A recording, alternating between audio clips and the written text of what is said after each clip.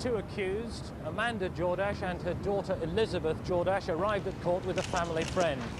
Amanda Jordache faces murder charges in relation to the death of her husband Trevor Jordache. The case attracted widespread attention in February this year when, following the discovery of the body of Trevor Jordache under the patio in the garden of the house where the defendants live, a manhunt was launched which resulted in the arrest of the defendants in the Republic of Ireland. God almighty, I didn't think there'd be telecameras outside.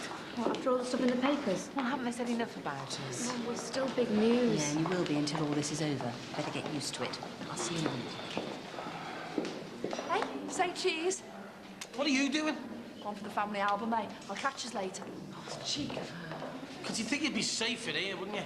Well, it's nice to know all our friends and neighbours are here to support us. Parasites. God, look at this place. You don't think it started without us, do you? Shouldn't think so. Well, where's our barrister? Shouldn't he be here? Well, he'll be here somewhere, don't worry. Court number 3. Right, well, we better get along then. Well, let's go to the cafeteria first and have a cup of coffee. Well, have we got time? Yeah, plenty of time. There's going to be a delay with starting, as usual. It's a problem with the judge. What's wrong? It's nothing to do with us. Nothing to worry about. He's just got to make a ruling on another case. Shouldn't be too long. Well, what have we got here? Very cosy. Happy families, is it? I told you to stay away. To gloat, have you, Brennan? I've come to see justice is done for what you did to my brother. And what about what he did to us? What about the abuse and the torture and the rape? What the hell's going on? Go on, beat it before I have you thrown out. Don't worry. I'm going. What was that about?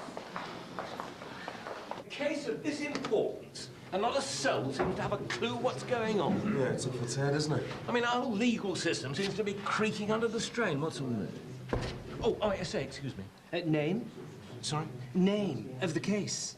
Oh, Crown versus Jordache. Crown and Jordache and Jordache. Body under the patio. That's the one. Could you direct us, please? You want the cafeteria? Cafeteria? Just a minute. It's a late kick-off. Everyone's waiting in the cafeteria.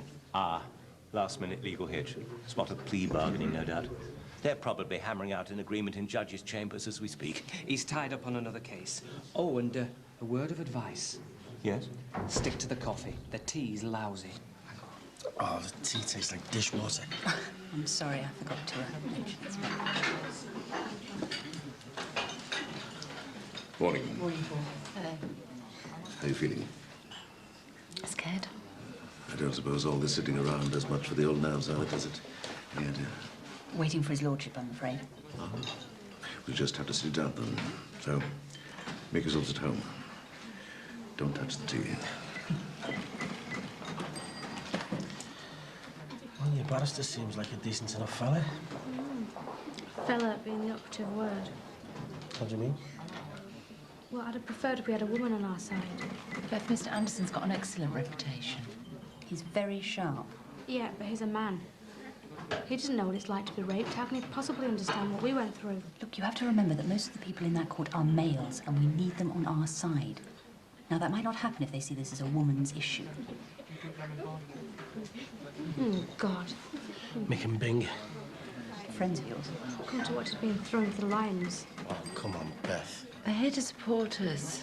They're here for a cheap thrill because they've got nothing better to do with the time. Beth, you are going to have to get used to a certain amount of attention. It is a public court. Now, you've got to control your temper. So we've got to sit in there all week whilst they gulp at us like goldfish. Just because we did what most people are too frightened to do. Yeah, well, that's great. So embarrassing. Go to the toilet.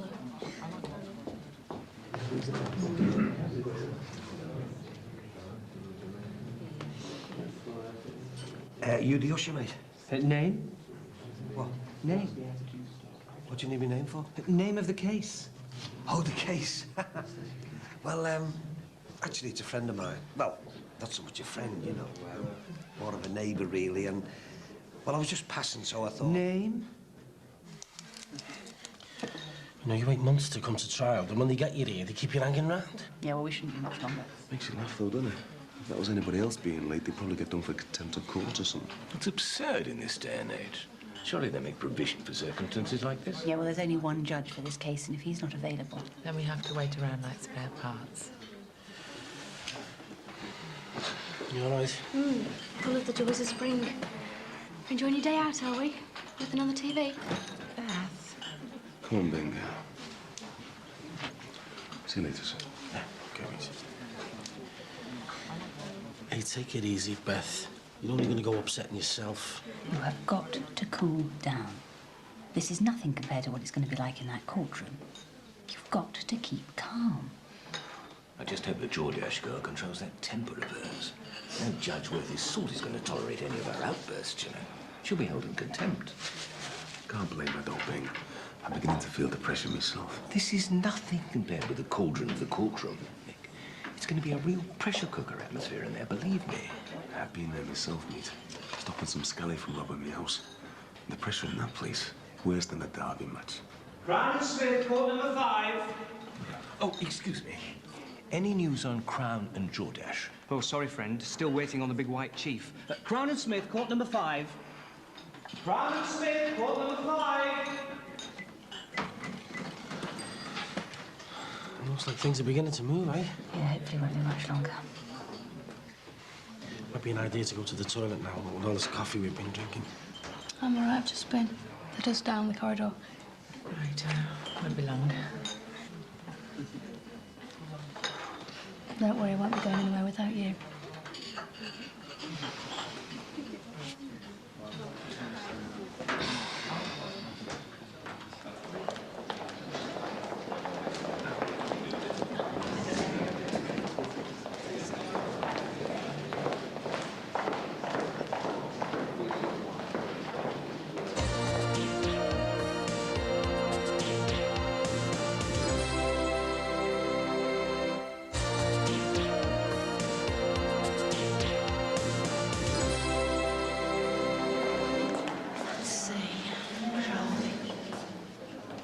Gotta be here somewhere. Nice big juicy case like this. Gotcha. Right. What are you doing here? I thought you said you weren't coming. So did you? Yeah, well, I was just passing, you know. Just thought you'd pop in. Yeah. You as well. Just passing, you know. Well, now we're both here. It'd be daft not to, wouldn't it?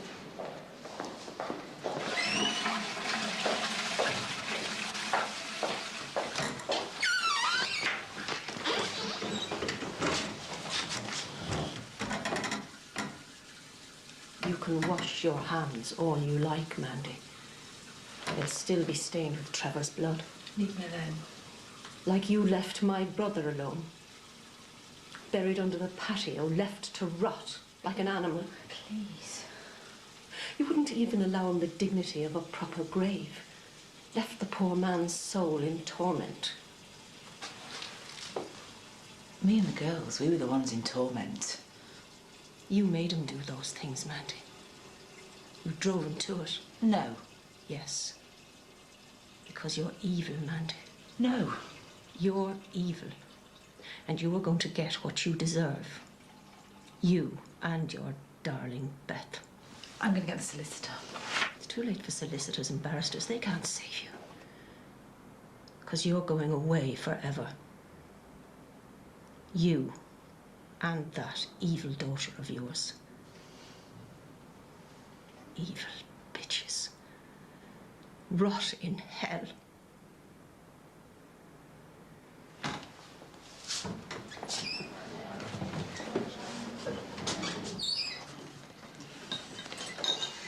Do you know, I bet they've organised a coach party. A nice guilty verdict and fish and chips on the way home. Where is she? Oh, yeah, she's... Where have you been? What kept you? It's her. What? It's Brenner. What is? Evil bitches rot in hell. Daily Mail. How's it got? How'd you know? I've just seen her in the toilet. She uses the same words. Right. Beth! Beth!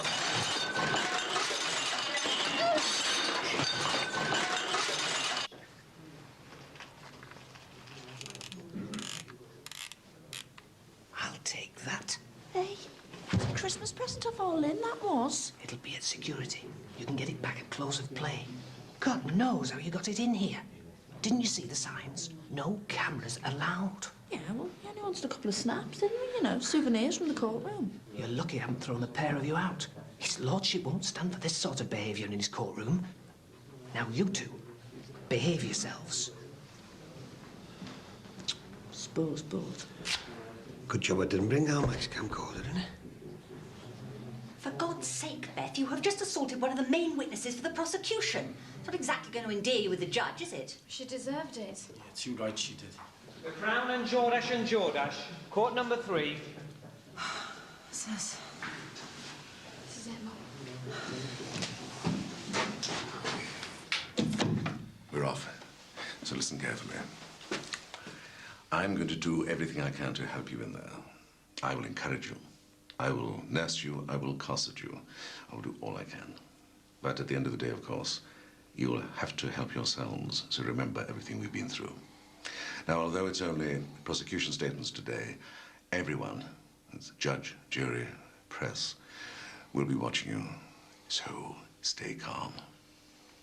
And above all, remember, we have a very good case. We can win. So good luck. See you inside. Good luck, Paul. Cheers, mate. Are you all right? Yeah, Would you like a moment alone? please. Just a minute, all right?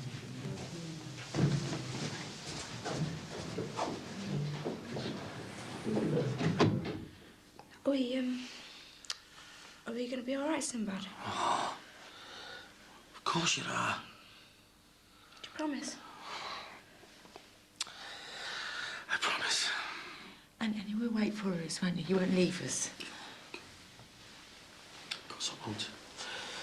I'll be waiting here till it's all over. And I'll be putting this ring on your finger, okay? Come here. Come on. I'm sorry.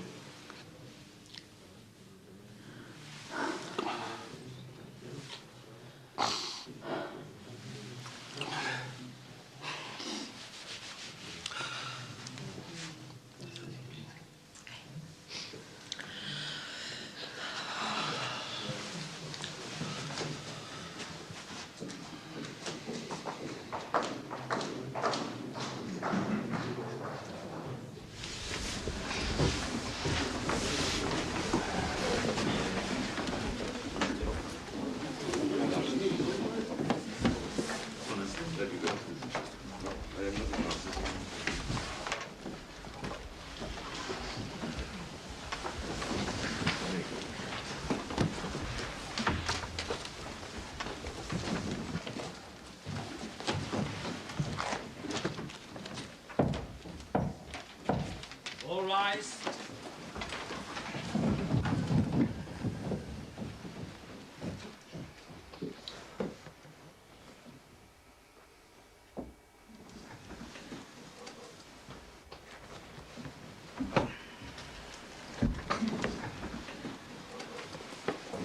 The Crown and Jordache. Proceed. Please stand.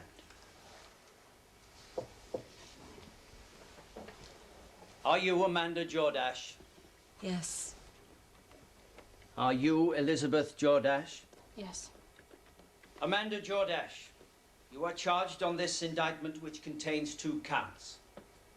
On count 1, you, Amanda Jordache, are charged with murder. The particulars of the offence are that on the 7th of May, 1993, you did murder Trevor Jordache. Do you plead guilty or not guilty? Not guilty. You plead not guilty. On count 2, you are jointly charged with Elizabeth Jordache with the offence of conspiracy to murder. The particulars of the event are that on or about the 7th of May 1993, you did with Elizabeth Jordache conspire to murder Trevor Jordache. Do you plead guilty or not guilty? Not guilty. You plead not guilty. Elizabeth Jordache, do you plead guilty or not guilty? Not guilty. You plead not guilty. You may sit down. We now swear in the jury.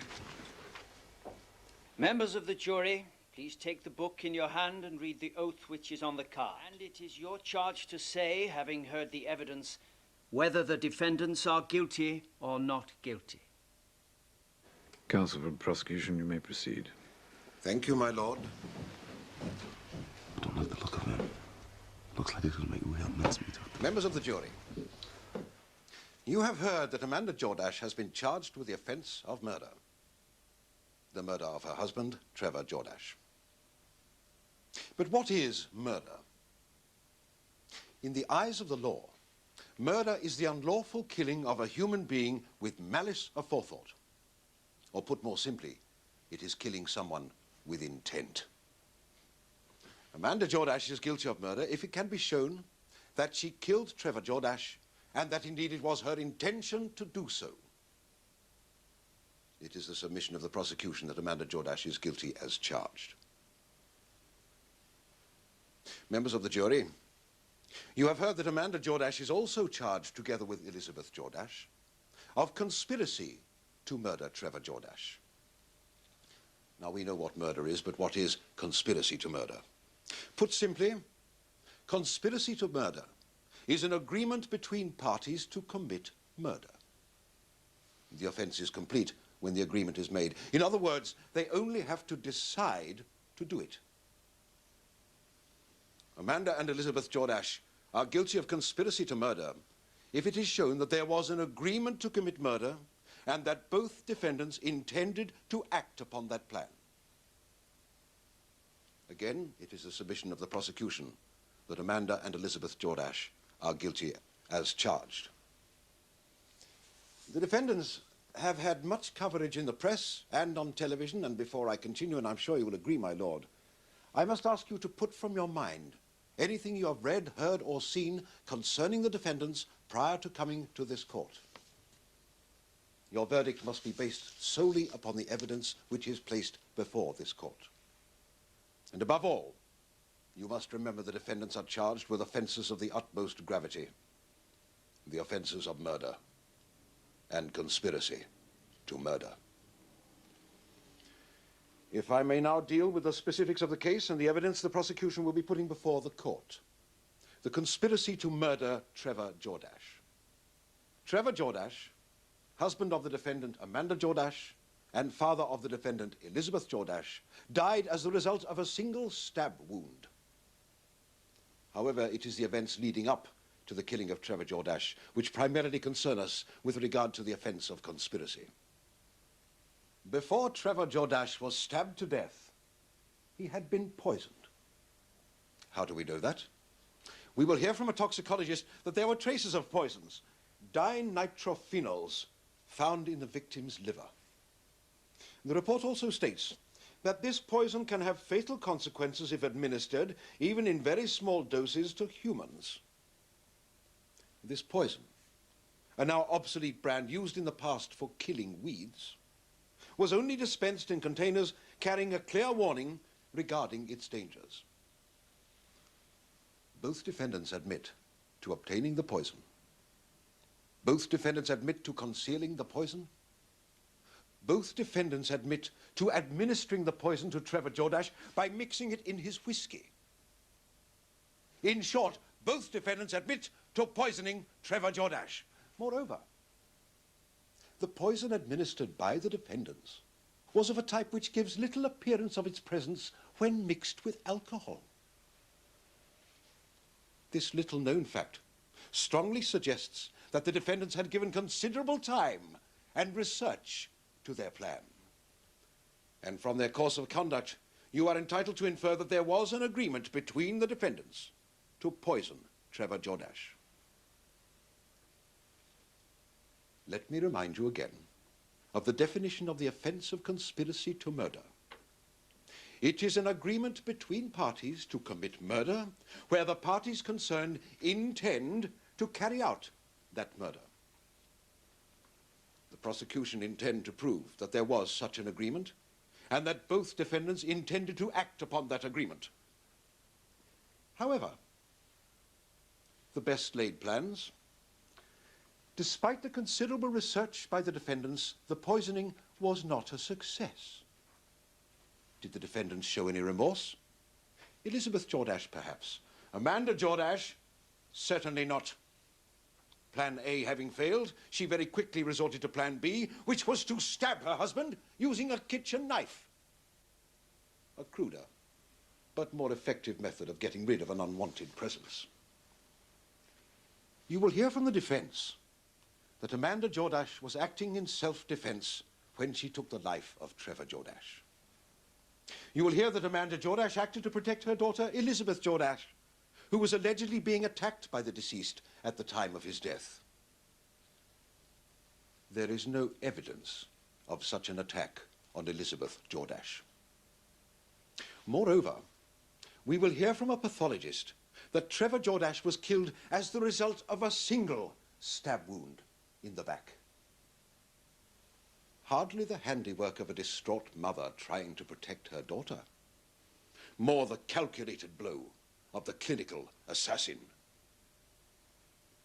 Amanda Jordache has confessed in taped police interviews to delivering this fatal blow. She has also admitted that together with Elizabeth Jordache, she then buried the body in the garden of their home.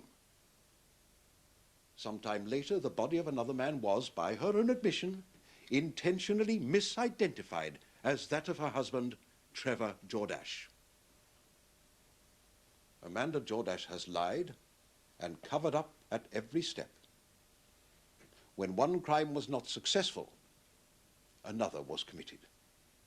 Let me remind you, murder is unlawful killing with the intent to do so. Amanda Jordache has admitted killing Trevor Jordache. That is not at issue. The question to be answered is this: was it Amanda Jordache's intention to kill her husband? The evidence this court will hear will show that it was indeed her intention to do so. The prosecution submits that both defendants were fully in control of their senses and aware of what they were doing. In fact, the evidence will show that Amanda Jordache and Elizabeth Jordache acted in concert and carried out their plan with considerable forethought, research, and contrivance. But when this initial plan went wrong, Amanda Jordache decided on a more brutal course of action. She took a kitchen knife and in cold blood carried out the execution of her husband, Trevor Jordache. The prosecution will prove that Amanda Jordache and Elizabeth Jordache are guilty of these heinous crimes.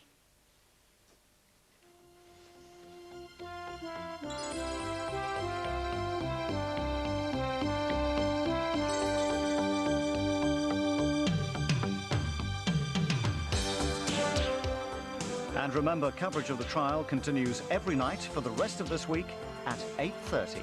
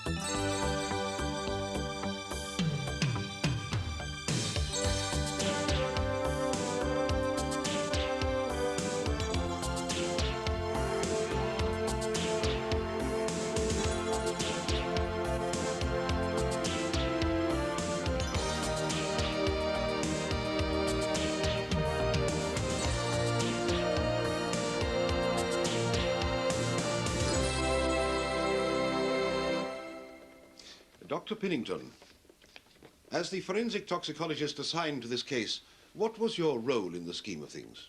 To ascertain, given the suspicious circumstances surrounding the victim's death, whether any toxic substances were to be found in the corpse. And what was the result of your investigation? I found traces of dinitrophenols in the victim's liver. And could you tell the court, please, just what these dinitrophenols are? Yes, they're a highly poisonous chemical group, most commonly found in rather outdated brands of weed killer. Weed killer? Yes. And had these dinitrophenols arrived in Trevor Jordash's body posthumously? No, they were absorbed at most a couple of days before his death. But although this rather uncommon weed killer was not directly responsible for Trevor Jordash's death, was there enough of it present in his body to put his life in grave danger? Well, it's hard to be precise so far after the event, but he must have been borderline. So the levels administered could have killed a weaker man? Yes. Thank you. No further questions. Please, stay there. Dr. Pennington, on average, how much weed killer containing dinitrophenols would it take to kill a person? 1 gram of the substance. Say about a teaspoonful would be in the fatal range. Not a lot, then. No. So, as attempted poisonings go, how would you rate the defendant's efforts? Well, not too hot, really. Would you go so far as to say that they were incompetent? Not far from it. Hardly the work of a pair of aspiring Dr. Crippins. No, not really. Thank you very much. And Dr. Stevens, based on your examination of the forensic evidence found in 10 Brookside Close, could you give us your account of what took place in the moment prior to and the period immediately after Trevor Jordash's death? Well, judging by traces of blood and tissue found in the kitchen area, I'd say that was where the fatal wound was inflicted. He was then wrapped in plastic refuse sacks and dragged some yards into a garage cum extension on the side of the house. And how do you know this to be the case? Further traces of blood were found on the doorway to the extension and in the fibres of a carpet in there. We also matched traces of plastic in the carpet with the type of bin bag the body was later unearthed in. And in each case, the blood and the tissue matched that of the corpse of Trevor Jordash? Our DNA test indicated this, yes. And by your estimation, how long was Trevor Jordash's corpse left lying in the extension of number 10? Very difficult to say, but very possibly a few days, maybe weeks. By which time it would have been in a state of some decay? Definitely. Would it have smelt? It would have reeked. And so a concerted effort would have had to have been made to conceal such a foul odour from visitors? I'll say. So, would you describe the case in question as one of the more intriguing you've had to deal with in recent years, Doctor? No. Apart from the time factor, it's all pretty routine, really. So putting the evidence together didn't take an awful lot of detective work? Well, none. It was everywhere. Why was that? I'm sorry, I'm not quite with the question. My apologies. What I'm trying to say is, was the evidence, as you put it, everywhere, due in some part to the actions of Mrs. Jordash and her daughter in the events following the death of her husband? Oh, definitely. I mean, if you want to get rid of someone properly, then there are a few rules worth following. A, don't stab the victim in your own kitchen, and B, don't have them lodging in your extension while you're deciding what to do with them. In both cases, the point being that you would be leaving a rather obvious trail of evidence behind you. Exactly. So, compared with a vast array of, shall we say, more calculated attempts to dispose of bodies, which you must have dealt with in your long career, how would you say that Mrs. Jordash's efforts rated? Well, it was hardly the crime of the century. So the evidence could have been indicative of somebody in a deranged state of mind, blindly trying to cope with a chain of events far beyond her control. Well, I suppose so, yes. Detective Inspector Coburn, you were the officer in charge of the investigation into the murder of Trevor Jordash. That's correct. So while the gruesome task of recovering the corpse continued at number 10, your further investigation centered on the pursuit of Amanda and Elizabeth Jordash, who had, once the discovery of their crime seemed imminent, fled the country. Yes. And where did your search take you?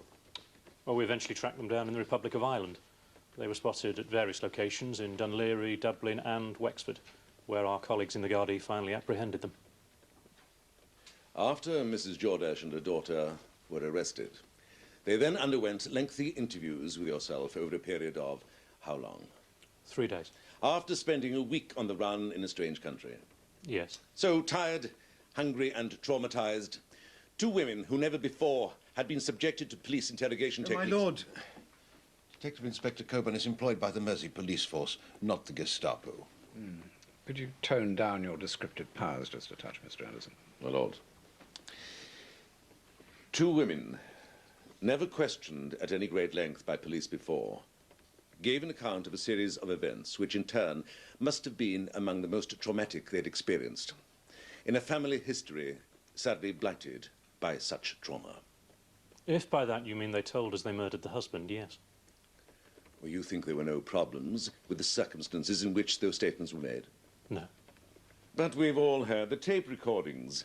Do you not think that both women at times sounded utterly distraught? Not really, no.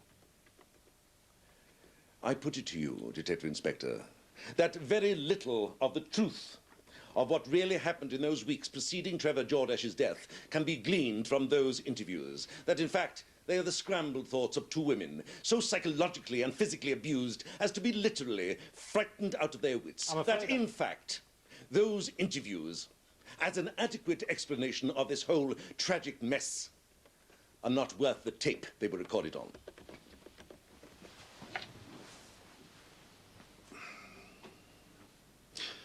So, Constable, were you at all shocked when the truth of the defendant's actions finally came to light? Gobsmacked. I mean, amazed. And why was that? Because I'd already known the defendants for some time. In your capacity as a community policeman? Well, that's the general idea of your Bobby on the beat. Get to meet the locals. And under what circumstances did you get to meet Mrs. Jordache and Miss Jordache? On routine police business. Which was? On the 12th of May 1993, in connection with the disappearance of Mr. Trevor Jordache, who'd been declared missing by his sister, Miss Brenna Jordache. And this date being some 5 days after Trevor Jordache's death at 10 Brookside Close. So it seems, yes. At a time when, by their own admission, the defendants had bagged up and stored his decomposing body in their extension. Yes. Were you given any indication that this was the case during your inquiries? No. But surely there must have been a considerable stench throughout the house at this time. They said they had a blocked drain. And in answer to your query about her husband's disappearance, how did Mrs. Jordache respond? She said she hadn't seen him for months. During this conversation, did Mrs. Jordache display any signs of anxiety? Not that I can remember. No indication that she might be in some distress? No. So you had no reason to believe that she might be suffering from some abnormality of the mind, from diminished responsibility? My lord, the witness is a police constable, not a psychiatrist. My apologies, my lord. I shall rephrase the question. Constable Coban, as a Bobby on the beat, you must have had vast experience of routine calls to members of the public. I suppose so. And during this particular call, in your judgment, did Mrs. Jordache's behaviour seem in any way out of the ordinary? Not really, no. Could you describe Trevor for us, Miss Jordache? He was a loving father, husband, and brother. And I'm the Queen of Sheba. So, I don't think we did get you much remain change close out to of Mother Trevor during Teresa. his spell in prison? Very. Of course, I didn't condone what he did. But I could see that he was trying his hardest to sort himself out. In what ways? Well, in the way that he talked to me about how he understood now what it was that made him so angry. It was all the pressure, you see. But he had got it under control. I think rediscovering his religion helped. His religion? Yes. I still practice, but Trevor had been lapsed for years.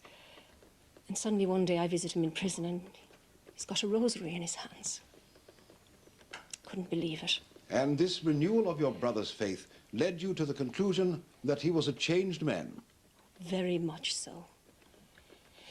And that was when he started talking about trying to patch things up with Mandy. He said all he wanted was to get back with his family. Nothing else mattered to him. No, I'm sure it didn't.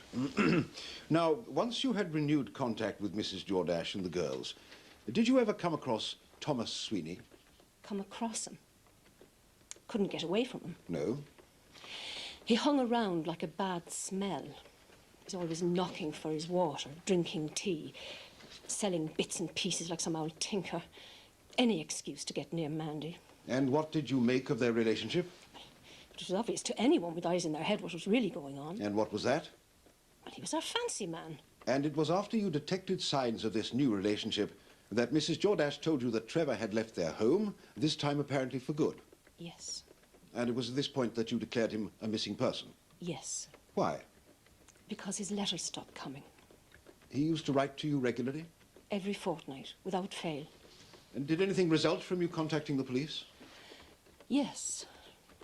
I was led to believe that his dead body had been discovered in a wood in Cheshire. And what led you to this conclusion? Because Mandy Jordache had identified a dead body as being his. And was this the case? No.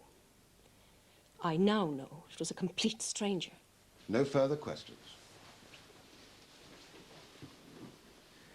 Miss Jordache, I'd like to return, if I may, to the events leading up to your brother's conviction and subsequent prison sentence on the charge of grievous bodily harm.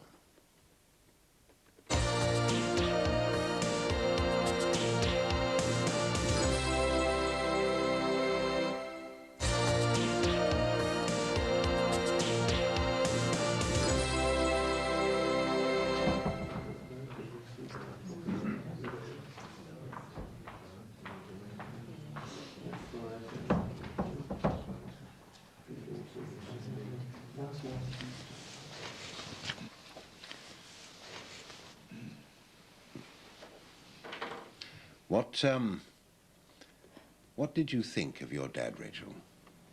I loved him. Did you get on well? Brilliant. So how did you feel when he was sent to prison? Terrible. But I knew what he'd done to my mum was bad too, so... Did you ever see your dad hit your mum? No. I'd heard them arguing sometimes, but... Did you keep in touch with him when he was in jail? No. So, how did you feel when your dad turned up again after he got out of jail? I was made up. And how did your mum seem? Nervous, but happy, I think. It was Beth who didn't want him there. But you did? Yeah. Were there any rows with your mum once he'd moved back in? No. Well, they did have a bit of an argument one night, but that was it. And did your mum have any more bruises? No. So you don't think your dad had started hitting her again? No, he'd stopped all that. So you were happy to be back together as a family?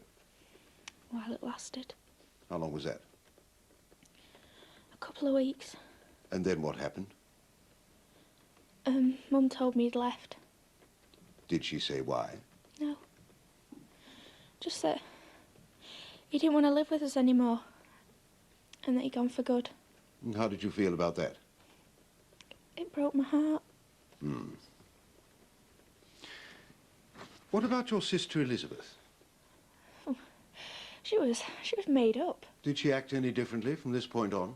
Yeah, suddenly she was all smiles and pally with me. Did you hear anything else about your dad? Not for a while. And then they said the police had found him. Who did? Mum and Beth. They said, that his body had been discovered in some woods and Mum had identified him. But none of this was true. So how did you feel when you found out that it wasn't your dad? I couldn't believe it. My mum had made me go to some tramp's funeral and sat there watching me cry my eyes out for my dad. While all this was going on, was Thomas Sweeney spending much time at the house? Sinbad. Yeah, he was there loads. Sinbad? That's his nickname. Ah, thank you, Miss Jordache. And what was the relationship between Mr. Sweeney and your mum? He was a boyfriend. And how long had that been the case? Virtually since we moved in. And what did you make of the situation? At first I thought he was all right. But now I think he's like the other two. He lied the same as they did. My lord, the witness is making unsubstantiated claims about the character of someone whose evidence is vital to the defense case. Please disregard Miss Jordache's last comment about Mr. Sweeney. What happened the week before your dad's body was eventually dug up, Rachel? We went to Ireland. Did you know why? No. They just dragged me along with them. So when did you actually find out what happened to your dad? They told me in this bed and breakfast place in Dunleary. What exactly did they tell you? That my mum had stabbed him. And they buried him in the back garden. You must have been devastated. I couldn't believe it. Why do you think your mother killed your father, Rachel?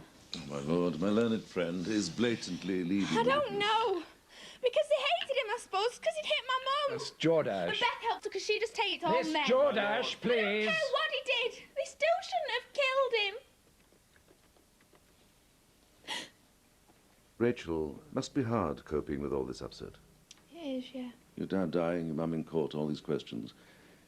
Must be hard to know what's the truth anymore and what isn't. I know who the liars are. With everything that's happened, do you feel it's up to you to protect your dad's memory? Someone's got to stick up for him. That's right. And I'm sure that any loving daughter would feel the same.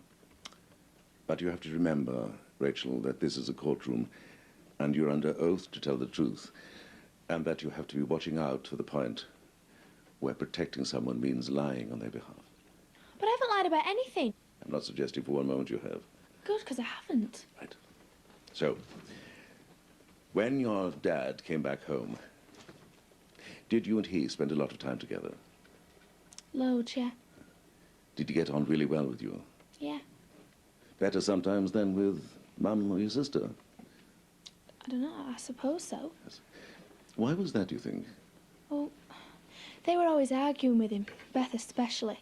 She didn't want him there from the word go. She never even gave him a chance. But you did, didn't you? Yeah, I did.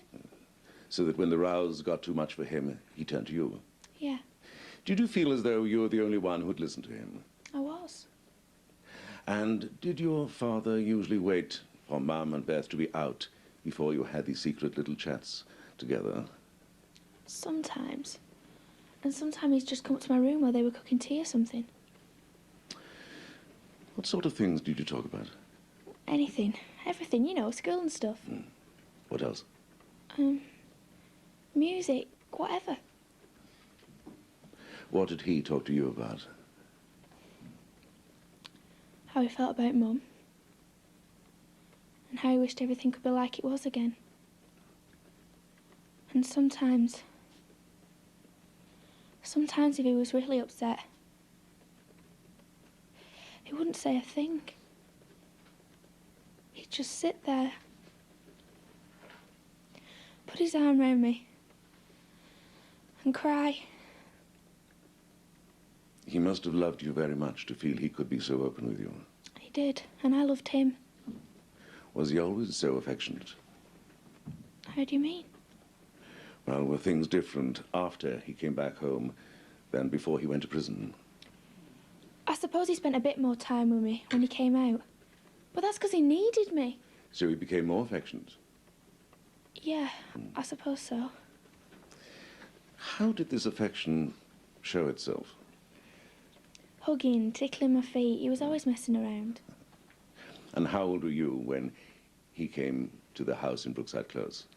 14. When he was messing about, was it usually when you and he were alone together? No. Well, sometimes. In your bedroom? Yeah. What's wrong with that? Nothing at all. Did you sometimes cuddle in your room? Yeah, I suppose so. On top of your bed? Sometimes. Did you ever get into the bed for a cuddle? No. Well, we're going to hear later from your sister Beth that you did because she saw you. Well, yeah, there was this one time we were both a bit cold, so we pulled the quilt over us. And you lay in bed together. Yeah. Then what did you do? Well, we talked for a bit, and then we snuggled up. We must have just fallen asleep. And nothing else happened? No, nothing. I'm sorry to have to ask you these questions, Rachel, but did your father ever hold you in a way that you thought wasn't right for a girl of your age? What do you mean? Did he touch you Touch me? in an intimate way? No. Not here, No! nor anywhere else. No! Are you sure? Yes, I am! This isn't fair. I thought it was them on trial, not me. Miss Jordache, I appreciate how upsetting this whole experience must be for you. But please try to understand that, unfortunately, if your mother and sister are to have a fair trial, you must answer these very difficult questions. Mr. Anderson. Thank you, my lord. Rachel, I know that you must be desperate to protect your dad's memory.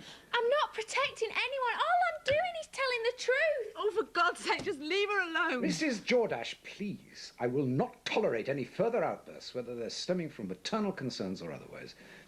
Mr. Anderson, have you any further questions for this witness? Just one or two more, my lord. Rachel, do you understand that it is against the law for a man to engage in sexual activity with his own daughter? Yes. And that if such an act took place, and the girl in question were below the age of consent, in the eyes of the law, the father would be seen to have forced her into such activity and would therefore be guilty of rape. Yes. Rachel, did your father force you to have sex with him? No. Rachel, remember you are under oath. Please tell the court. Did your father rape you?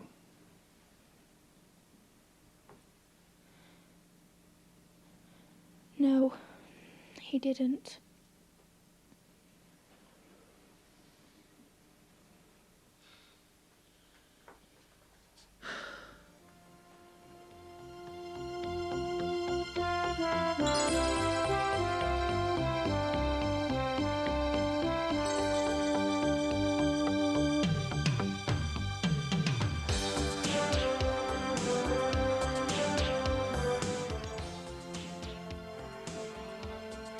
And you can see day 3 of the Jordache trial tomorrow at the later than usual time of 8:30.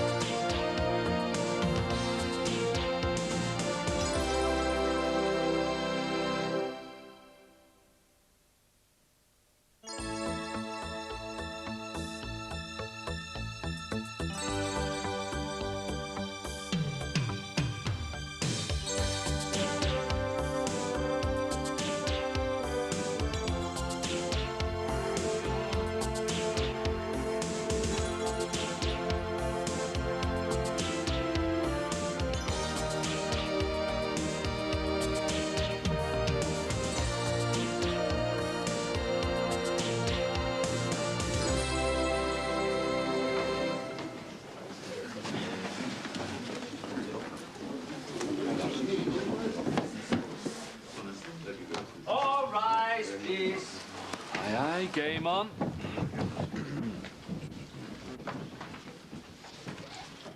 Hiya, David. Exciting, isn't it? Just like that caravan acoustic.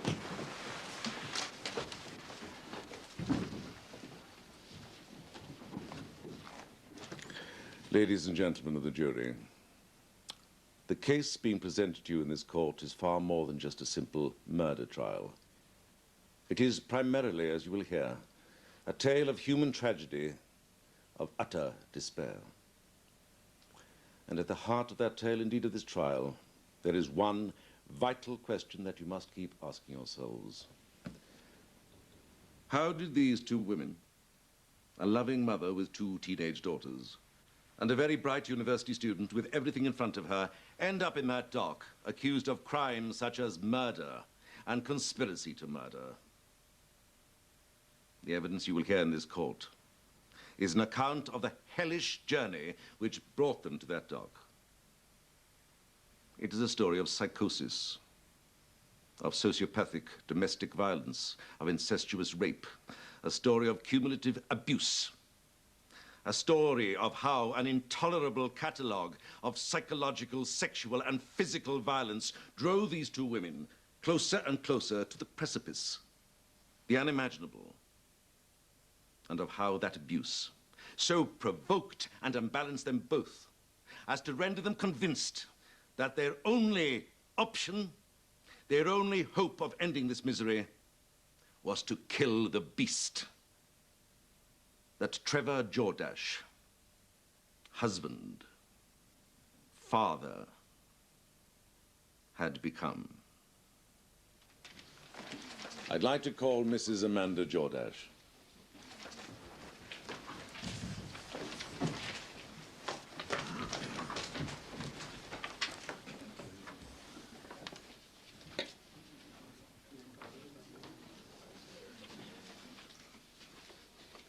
The second time was over his shoes. He said I hadn't put a good enough shine on them. How could he go for dinner with his boss in dirty shoes? Did he hit you? It's just the one punch in the stomach. But it was hard and it hurt. And then he twisted my arm behind my back. Were you badly injured? Bad enough. I had to get the bus to the hospital. Beth was with me. I told them I'd fallen down the stairs. The doctor said I had a broken wrist and a couple of cracked ribs. And these assaults then continued on a regular basis? Yes. And yet you never did anything to try and bring this hell to an end?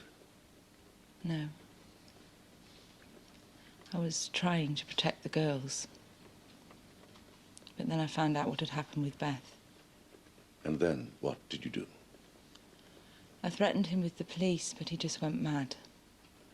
Unleashing the assault, for which he was jailed? Yes. And once convicted, neither you nor your daughters saw him again until he turned up on the doorstep of 10 Brookside Close? No. Once he'd found us, I should have moved on. I should never have let him back in. That is the biggest regret of my life, because of Rachel. I knew it was my fault, and I felt like killing myself, but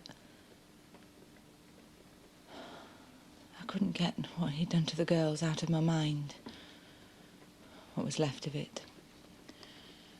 And so I decided to kill him instead. And was there no alternative course of action? No. Even if we'd been able to prove it, I couldn't have faced putting Rachel through having to stand up in court and saying her dad had raped her. And so with Trevor alive, how did you see the future for yourself and your daughters? More abuse for them and a straitjacket for me. And you tried to poison him? Yes. And failed? Yes, we didn't know what we were doing. You have to understand, he was half crazy. He was running around like a caged animal. I was on the verge of a nervous breakdown. Beth didn't know what day it was. We honestly thought there was no other way. And it was in the aftermath of this attempted poisoning that he set upon Beth? Yes. I tried to stop him, but he hit me and I fell over. As he unleashed this assault on her, did he say anything? He said, "I'll kill us all." And what did you do?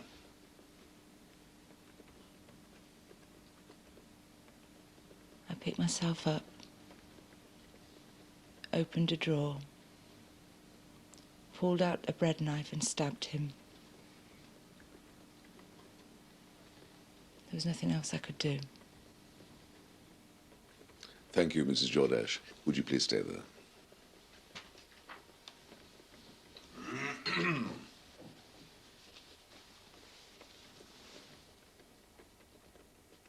Permit me, if you would, Mrs. Jordache, to begin by establishing a few basic facts. In what year did you and Trevor marry? 1973. 22 years ago. And how old, if you don't mind my asking, were you at the time? I was 18. Some years younger than your husband-to-be. Yes, he was 23. And in those early years of courtship and newly wedded bliss, what were your feelings towards your husband? Well, I loved him, I suppose. Would idolize be too strong a word? Well, it was different then. In fact, you built your whole world around this handsome, intelligent, sophisticated man who swept you off your feet and made you his wife. Is that not the case? I was 18. And in those heady days, did you talk about what the future might hold? Yeah, of course we did. About how Trevor would rise to an executive post? About the dream home, the exotic holidays, the expensive car? Well, Trevor had ambition then. He wanted to get on. You both wanted him to get on. What's wrong with that? And so you kept pushing him, trying to force him up the ladder. I encouraged him, that's all. And as the pressure increased, as your dreams of a glamorous lifestyle and his hopes of fulfillment at work disappeared over the horizon, that's when the rot began to set in your marriage. No. So when did the rot begin to set in? I don't know. Well, can you remember when he first struck you? Yes, I've said before. Yes, of course, I'm so sorry. It was as the result of an argument, wasn't it? Yes. What about? He'd had an interview for a manager's job at a new branch, but he never got it. And presumably you were unhappy with the fact that yet again your husband had failed to make the requisite progress in his chosen career. No, I just wanted us to be happy, but Trevor, well, he couldn't take it. What, feeling like a failure? Yes. Especially when his wife joins the ranks of those pointing the finger at him. I didn't. And so, a pattern of domestic violence was set. He started hitting me, yes. Frequently? Well, hardly at all at first, but as things got worse at work, he started drinking more and more. And for how long did this continue?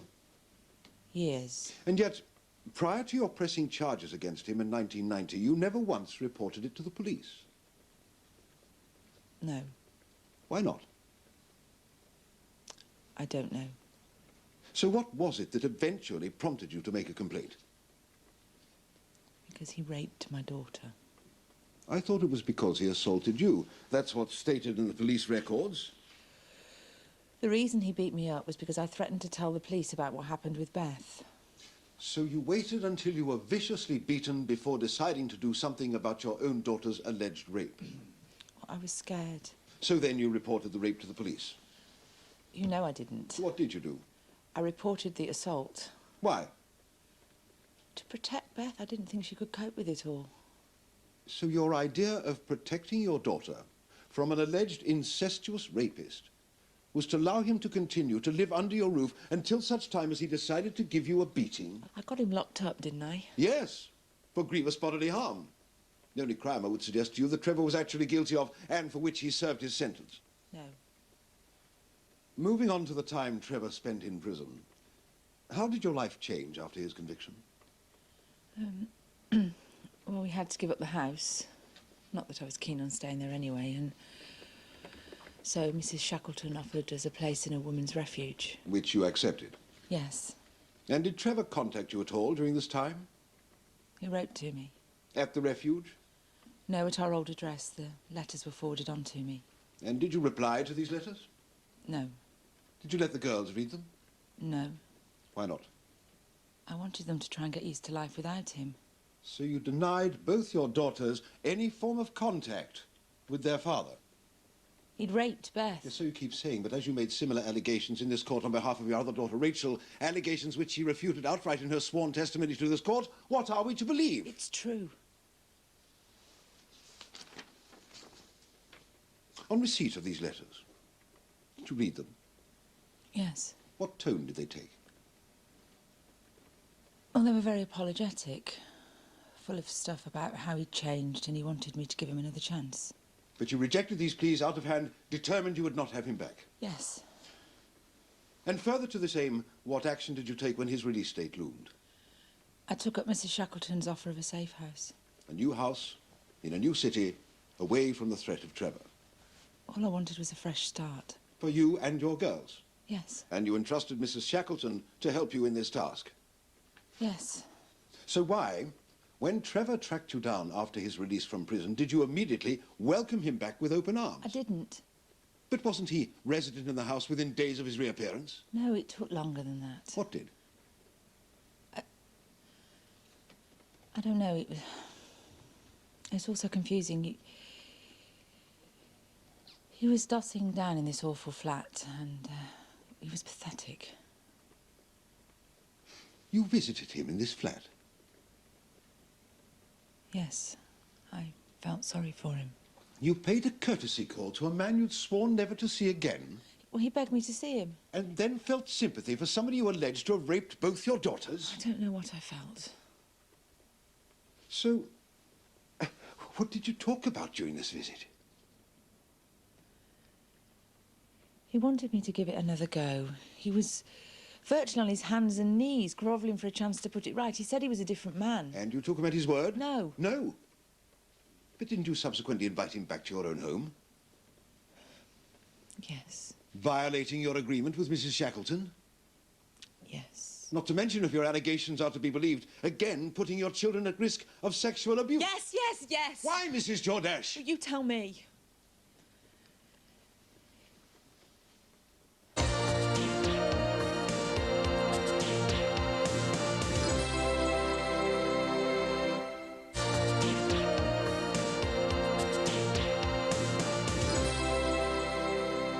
Could you tell the court a little about your relationship with Thomas Sweeney? He's a friend. Come now, Mrs. Jordache, he's a little more than that, isn't he? He's a close friend. Must be a very close friend indeed to be willing to have gone on the run with you to Ireland, to have fathered your unborn child. Yes. So how long has this friendship been going on? A while, but not like you think. Prior to your husband's reappearance? Not really. But your own daughter has testified that Sweeney had been hanging around the house before Trevor managed to find you. He was the window cleaner. He probably called in for hot water or something. But at the very least, contact had been made, and the seeds of a friendship, which very quickly developed into a full sexual relationship, had been sown. There's nothing quick about it. If we could turn now to events which took place in the days leading to your husband's death. You do not deny that you thrust a kitchen knife into your husband's back, inflicting a fatal wound, do you? No. However, what does need clarifying for the jury is why you embarked on a course which led you to commit this violent act. Because he raped Rachel. And so you decided you had to kill him? Yes. And what proof did you have of this alleged assault? Beth saw them. And you believed her, even though Rachel herself categorically denies that any rape has occurred? Yes. Well, fine, fine. Well, for the moment, let's presume that these allegations were true. So, believing that your husband had raped both your daughters, what did you then do? Well, did you pack your suitcases and get your girls out of this nightmare as quickly as possible? No. Did you turn to Mrs. Shackleton, your guardian angel? No. Did you rush upstairs in a frenzy and stab him in the back there and then? No. What did you do? Nothing. At all? Well, I talked to Beth about... About what? About how we could kill him. You discussed possible methods of murdering your husband with your daughter, Elizabeth. Yes. And then, sometime later, you decided to poison him. Yes. And after watching him go through the agony of this unsuccessful murder attempt, you finally, eventually achieved your aim by stabbing him in the back with a kitchen knife. He was battering her. In the period between Rachel's alleged rape and Trevor's death, why on earth didn't you contact the police? I don't know. I didn't think it would do any good. But you thought killing him would solve the problem? He'd driven us mad, don't you understand? I understand the power of a mother's love, yes. But what is beyond me is how you managed to contain your anger for so long after your husband allegedly slept with your daughter. I don't know.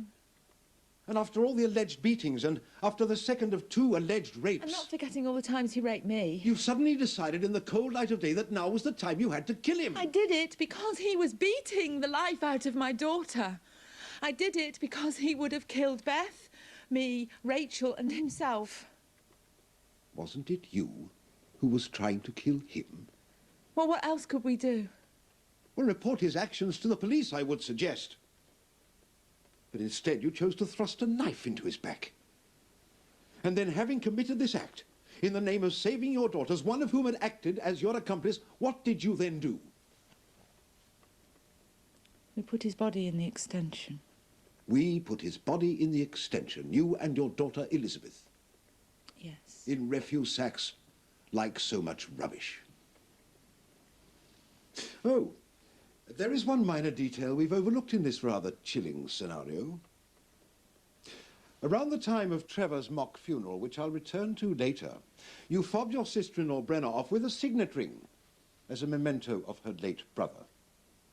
Now, presumably in a moment of startling clarity, for a woman suffering from diminished responsibility, you removed this ring from the finger of your husband's corpse prior to wrapping him in the bin bags. Is that not the case? No. I put it to you that the removal of this ring was yet another callous example of you covering your tracks. No. You deny removing the ring? I don't... Oh, so it was your daughter Elizabeth who performed this gruesome No. act? Well, then who was it? It was me. So after stabbing Trevor in the back, you calmly removed the signet ring? No. It was after. And I didn't want to do it, but...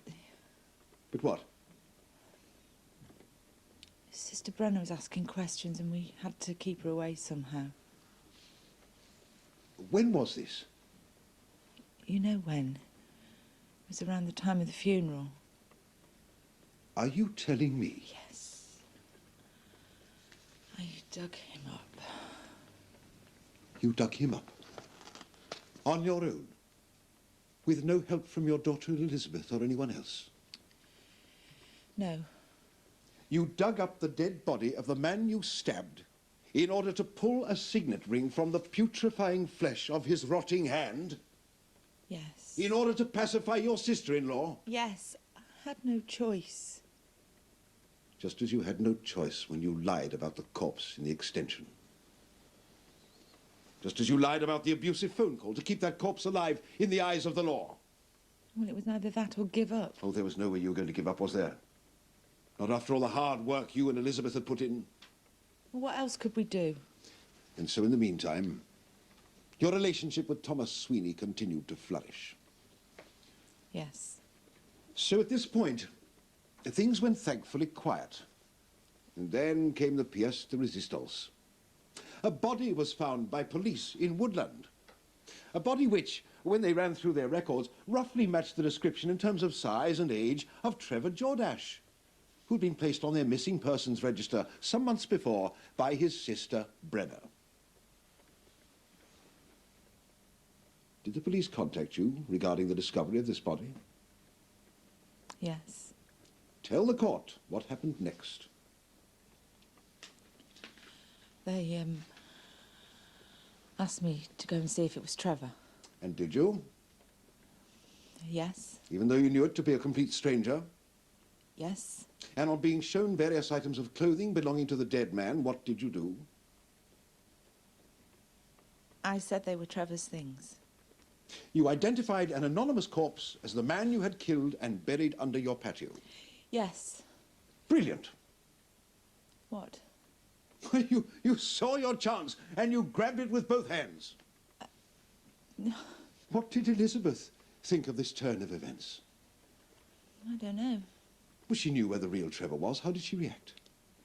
She just went along with it, I suppose. He just went along with it. And what about Rachel?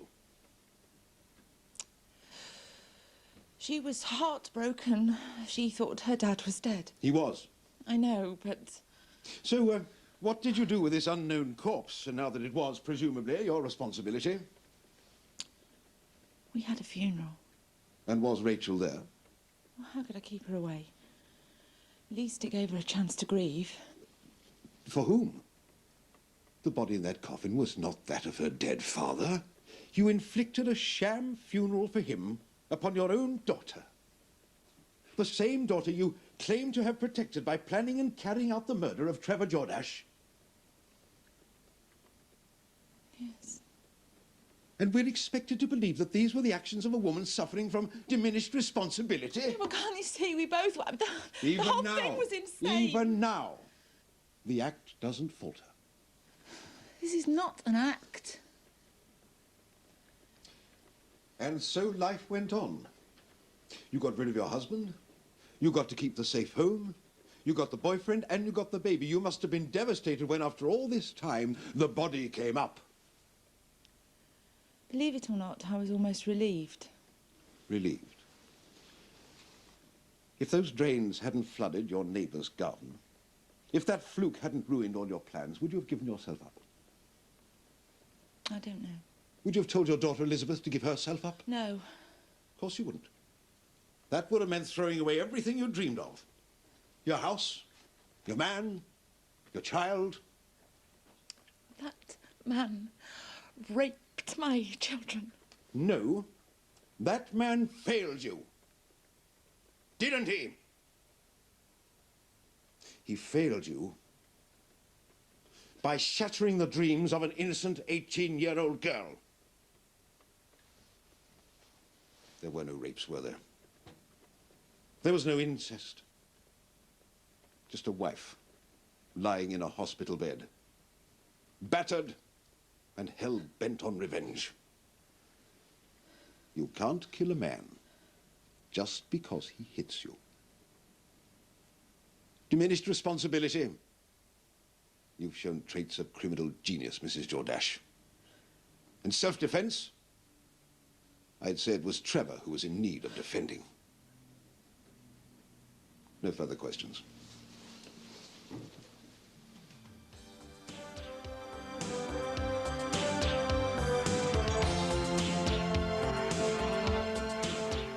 Beth and Stinbad are under the spotlight when the trial continues in Brookside tomorrow and Friday at 8:30.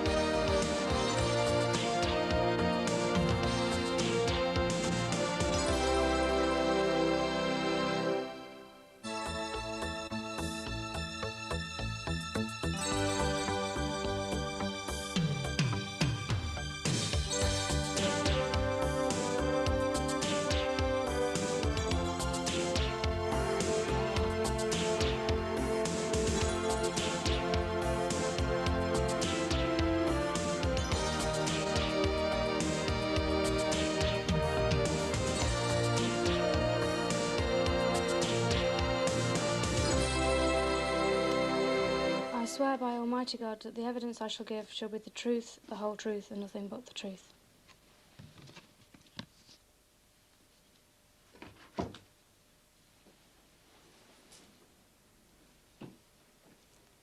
Miss Jordache, when did you first see your dad hit your mum? When I was 7. Can you remember much about the incident? Yeah, bits. I remember having a birthday party and there being lots of kids there and them making a real mess of the house. And I remember my dad getting home before Mum had a chance to clean up. What else? Just that he hit her once across the face and then I was sent to bed. Were you aware of the violence continuing as you grew older? Yeah, sort of. Sometimes I'd hear it and other times I'd walk in on it. But I always knew if Mum had... something had happened, because she'd be wearing lots of makeup to try and hide the bruises or clothes that covered any marks on her arms and legs. So, to the best of your knowledge, this went on throughout your childhood? Yeah. During this period, did your father ever hit you? No. Not even a smack across the legs? Nothing. Did he treat you in a way that you found upsetting? Well, not until I got a bit older. How? He started coming into my room late at night when I was, what, about 12.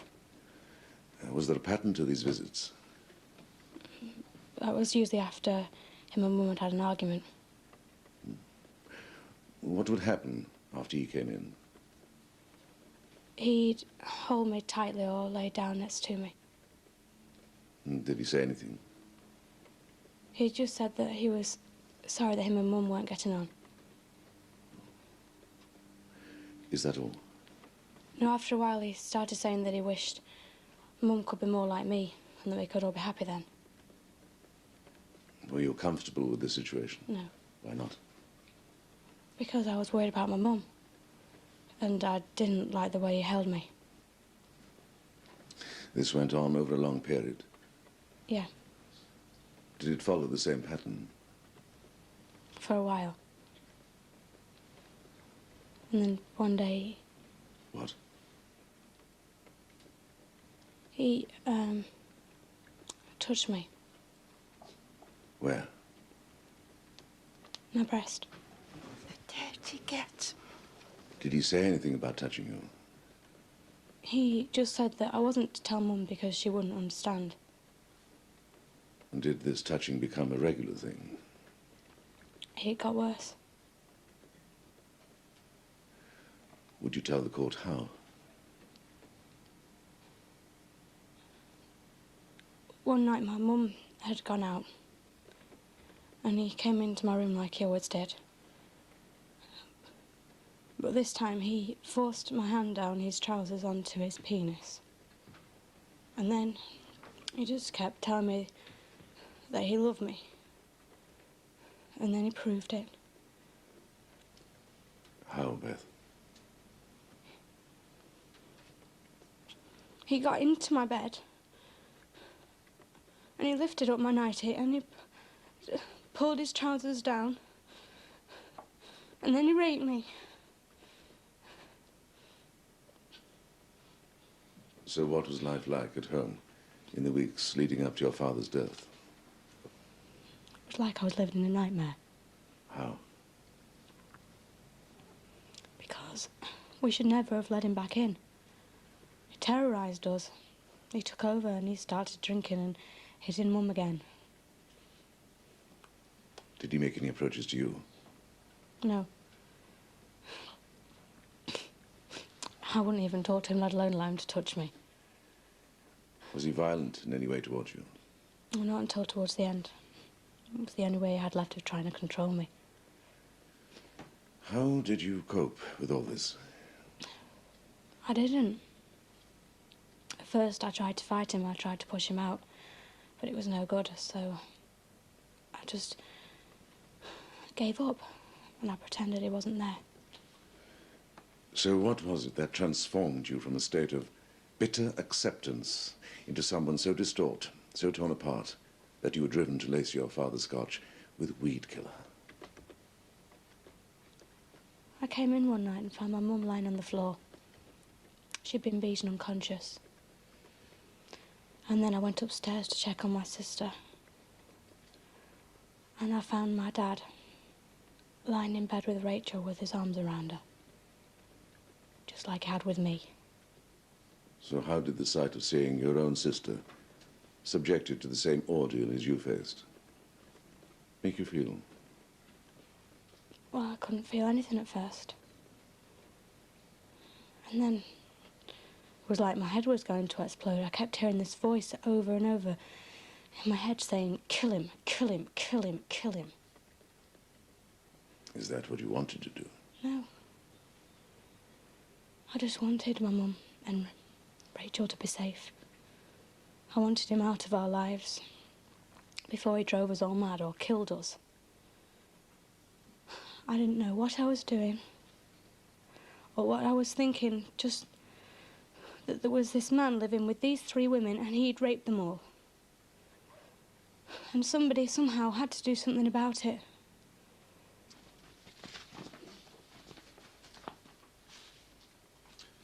So, Miss Jordache, even at the tender age of 7, you were able to recognize domestic violence.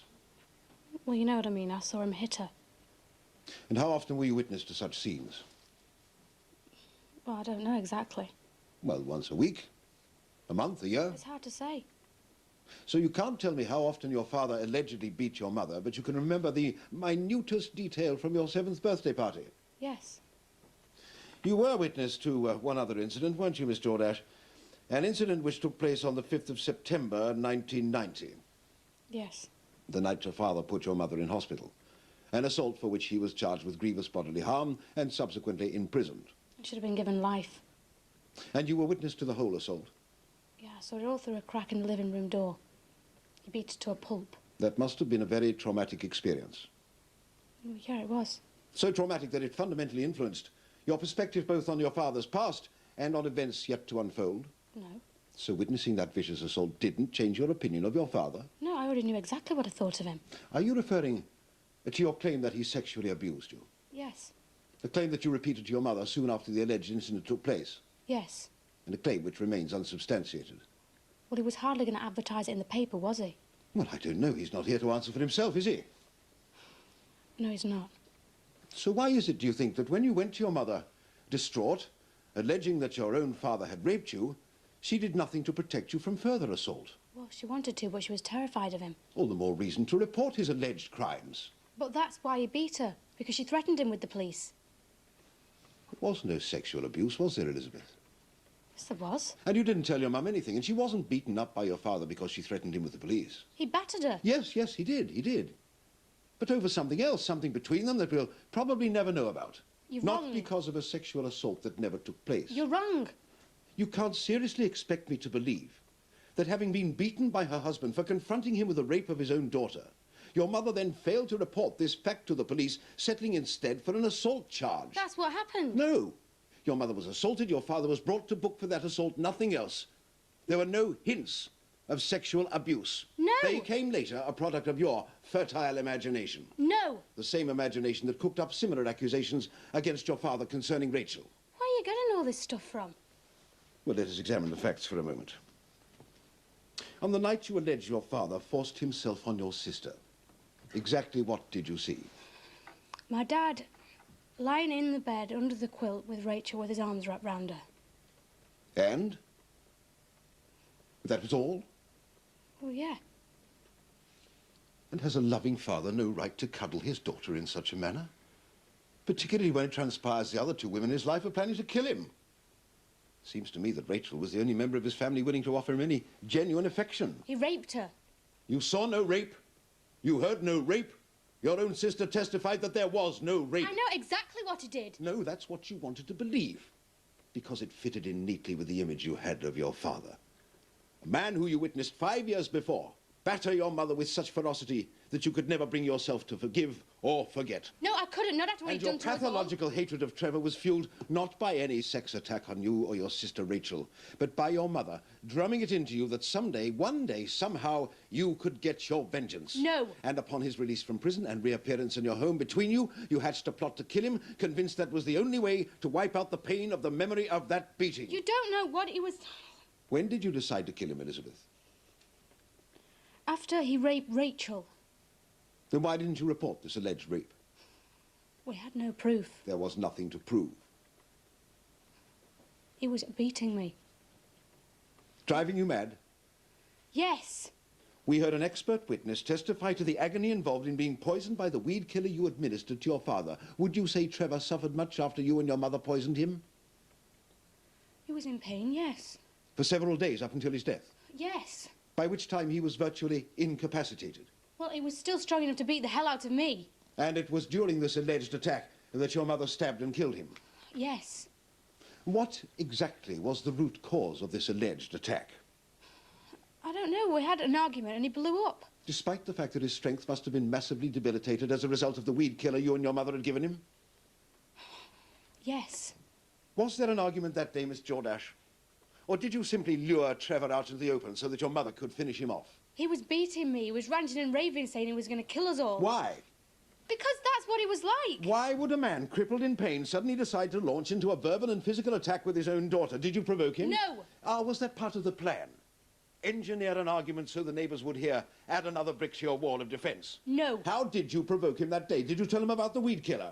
How did you make a man doubled up in agony launch into such a ferocious assault? It was the tablets!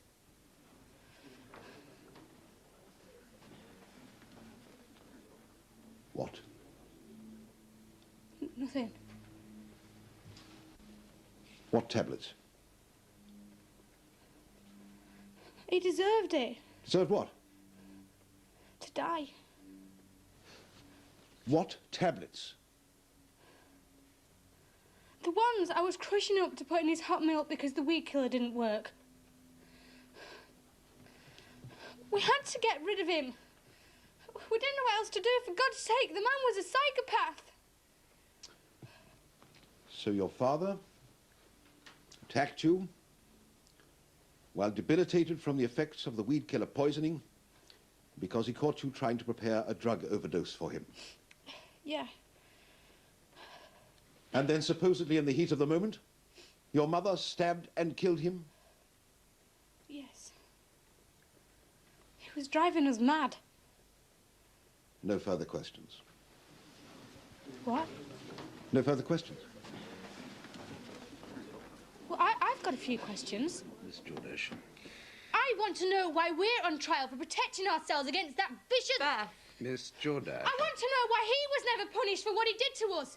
And why women end up in prison for life for trying to protect themselves against animals like my father. I have to request your against removal scum from this... who think a wedding ring is a license to terrorise, to punch and kick and Miss choke Jordache! Any more of this and I shall hold you in contempt of court. Contempt? Yeah, well, that just about sums this place up, doesn't it? Some justice this is.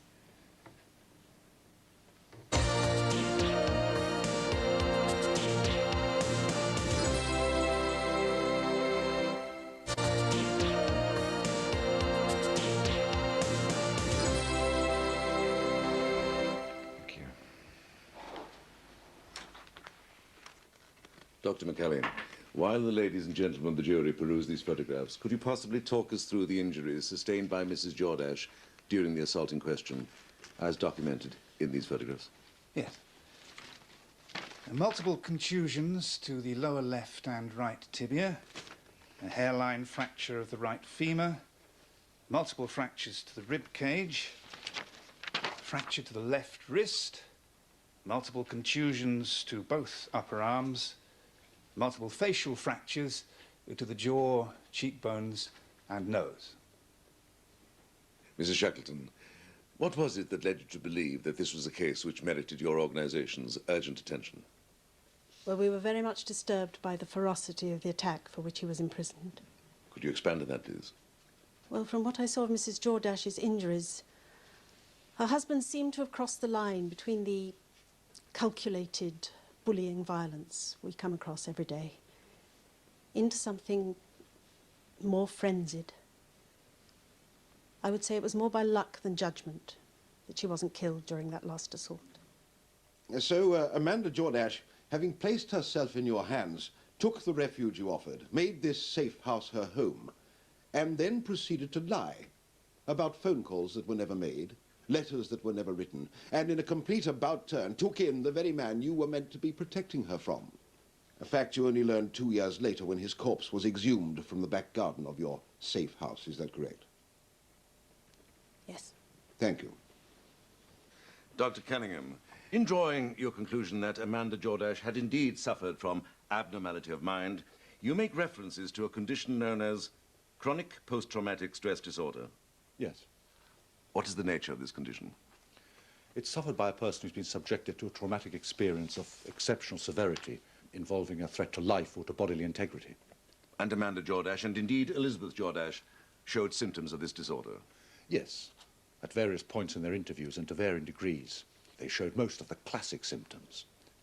So, in simplistic terms, what you're telling the court is that both Amanda Jordache and Elizabeth Jordache were suffering from chronic post-traumatic stress disorder at the time you interviewed them? Yes. Please take the book in your right hand. My apologies for interrupting. Is somebody in the public gallery taking notes? Soft girl. The big's talking to you. You are. You may not be aware, madam, but any unauthorized note-taking by members of the public is prohibited in the court. What is that? No writing. Oh. Well, I'm sorry, Your Grace, but I was just doing my numbers for the lottery.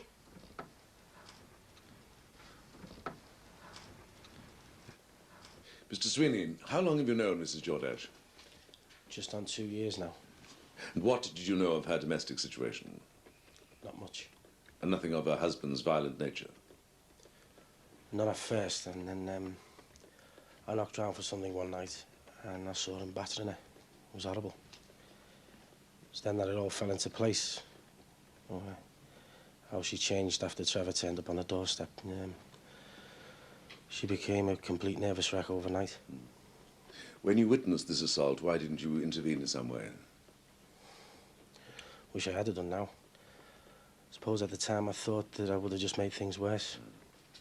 So, after this incident, what did you then do? Well, there wasn't much I could do while he was still on the scene. I just kept in touch with her, talked to her and that. So, after Mr. Jordache's disappearance? I got closer to her. Got to know her very well? Yeah. Got to know how things were between her and her husband? The beatings and what he did to the girls, the lot. How do you think this sort of treatment affected her? Oh, drove her mad. Nearly ruined her life. Till you came along? Don't know about that. And how long have you been in a relationship with Mrs. Jordache? Well, it depends on what you mean. How long has your relationship been of a sexual nature? Since we went to Dublin. Just a few short months, then? Yeah. At the start, I wasn't after, I just wanted to help her. Was that the only reason it took so long for your relationship to blossom? Well, that and what Trevor did to her. See, he killed her trust in people. Wasn't just her body that he battered. He broke her heart and nearly destroyed her mind and all. And you consummated this relationship in that bed and breakfast in Dublin when you were fugitives from the law. Yeah, that's right. 2 years after you met. Yeah. 2 months after you bought a house from her. Yeah. Mrs. Jordache is pregnant, is she not? Yes. And you're the father? Yes. Could you tell the court when the baby is due? October. And so it was conceived in, February? Yeah, that's right. Not in Dublin, by any chance?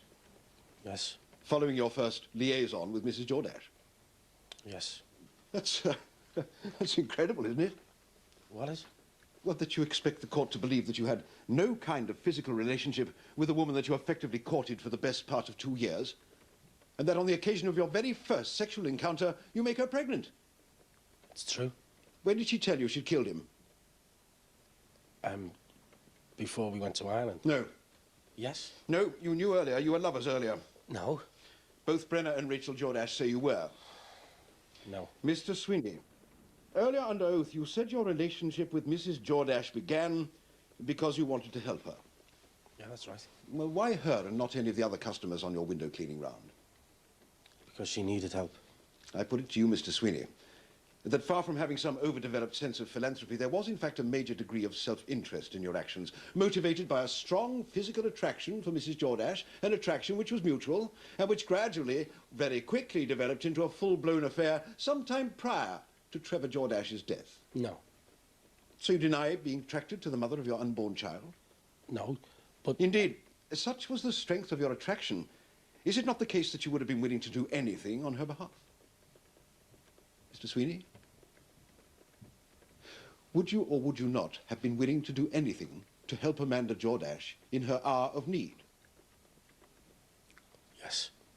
To a point where, after your arrest in the Republic of Ireland, you actually confessed to murdering Trevor Jordache yourself? Yes. A confession which proved to be false? Yeah. Why? Why what? Why did you confess to a murder you never committed?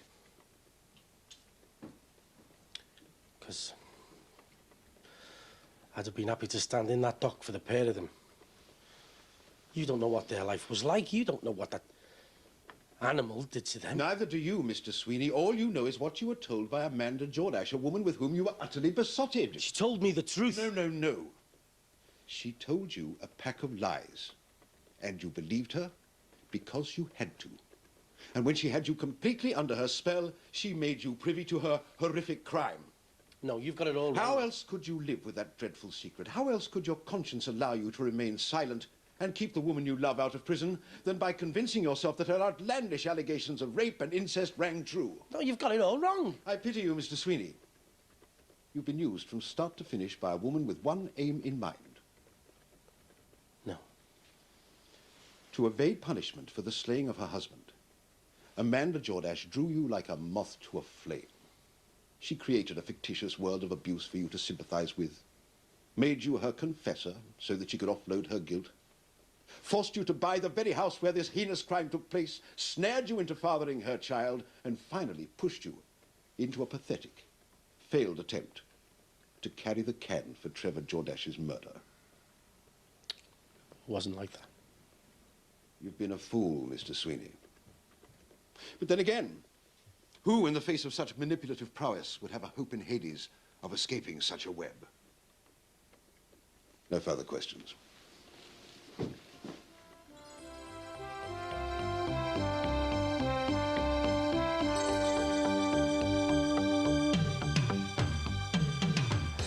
The final day of this special week of Brookside can be seen tomorrow at 8:30.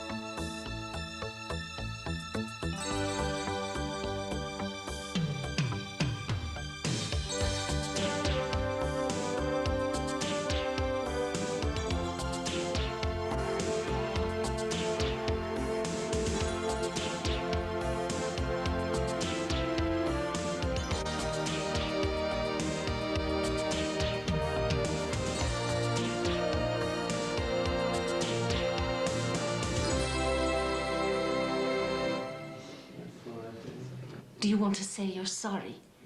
Ask for forgiveness now you know you're going down for what you did. You won't admit it, will you? You and her told a pack of lies in that court. You're guilty as hell. Don't ask me for forgiveness. Yes, I'm guilty. I killed that bastard because he deserved it. He made my life hell for years and years. He destroyed my life and the girls, so I killed him. And I killed him to protect me and my children. And I did it for all the women who have to suffer what I did. I'll tell you something else. I'd do it again. I'd do it again and again and again because your brother, your Trevor, was a wild animal, a monster. And like an animal, he had to be put down. You're twisted, you are. They're going to lock you up and throw away the key. Don't you think I know that? I knew it would end like this. That doesn't change a thing. Because wherever I am, all that matters is I'm free from him at last. He won't be able to touch me or the girls ever again. Yeah. I almost forgot there's one more thing. Oh! I should have done that years ago. The Crown in Jordash and Jordash, court number 3.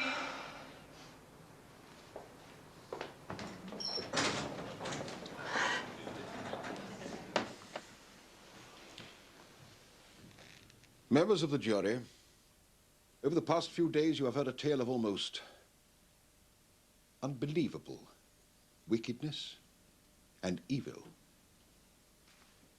A tale of two women, a mother and her teenage daughter, who killed a man simply because they decided they no longer wanted him a part of their lives. You've heard it said that these women acted in self-defense and during a period when their minds were supposedly irrational. But I ask you to discount that. For Amanda and Elizabeth Jordache acted out of wickedness and evil to commit what could have been a perfect, cold, and calculated act of murder. You've heard testimony from the two women that the stabbing took place during a frenzied attack by Mr. Jordache on Elizabeth Jordache. There was no frenzied attack on anyone. Trevor Jordache was too sick and weak to defend himself at all. Amanda Jordache didn't kill him out of self-defense. Now it was time for stage 2 of the plan. Not wanting the risks of dumping him in a ditch or in the River Mersey or burying him in the woods, they had decided to conceal his body in the back garden. Was that the work of two women, acting in a provoked and irrational manner?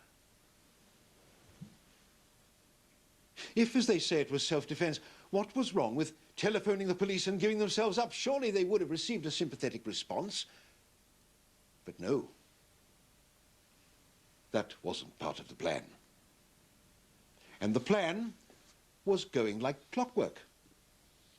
This crime, through and through, was meticulously planned. I suggest that this plea of self-defense is a nonsense. Every step of the way, the guile and ingenuity of these women protected them from the discovery of this evil murder. Then came the discovery of another body of a tramp. It was found in Woodside, miles away from Brookside Close. This, ladies and gentlemen, was Amanda and Elizabeth Jordache's pièce de résistance, an act of breathtaking wickedness. Without a thought for the poor relatives of this dead man, they identified him as Trevor Jordache. Does this not illustrate determined and logical thinking? This act of willful deception to cleverly cover their tracks. Now, members of the jury, we've heard about the alleged rape of Elizabeth Jordache by her father. Put yourself in Amanda Jordache's shoes for a moment. If your daughter had been raped by your husband, what would you do? Report it to the police, I would suggest. But not Amanda Jordache. Now why? I'll tell you why. Because no rape ever took place.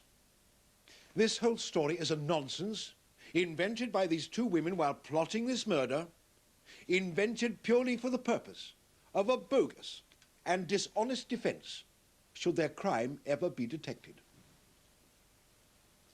Both women have also testified that Trevor Jordache also had incestuous relations with his younger daughter Rachel following his release from prison. Again, the matter was not reported to the police. Is that the response you'd expect from any normal mother? I suggest it is not. We have no medical evidence to support the suggestion their father had relations with either of these girls. You will remember Rachel Jordache's evidence about her father. She never witnessed any violence against her mother apart from that single incident in 1990. And as for any sexual abuse, you will recall how adamant she was that this was not true. Not true because it never happened. The same goes for most of their testimony. Would any other woman have allowed Trevor Jordache into that safe house if she'd been subject to violence over a period of almost 20 years? Well, Amanda Jordache did. She welcomed him with open arms because in her heart was revenge. Revenge for that one assault in 1990. Revenge, perhaps, for the fact that the happy days of their early marriage had become less interesting, less exciting. Whatever the reason, she was out for revenge and was determined to get it. She realized she couldn't do it alone, so she enlisted the help of her elder daughter. Members of the jury, this was an appalling and sickening case of cold, calculated, and evil murder. Far from being confused mentally or terrorized by this husband and father, these two women set about destroying Trevor Jordache. There is only one word to describe these women and their crime: evil. Think back on what you've heard. How week by week, day by day, this plot to kill Trevor Jordache grew. Were these the acts of two women provoked beyond all self-control and suffering diminished responsibility, or were they cold, premeditated actions? Remember the fact they've never shown any remorse. Instead, they carefully plotted this man's death. Members of the jury, this was not a killing caused by mental turmoil. This was an act of revenge, a murder planned with the intention of committing the perfect crime. Members of the jury, you have a right and a duty here today to give the only verdict which can be considered. I ask you to find these two women guilty on all counts.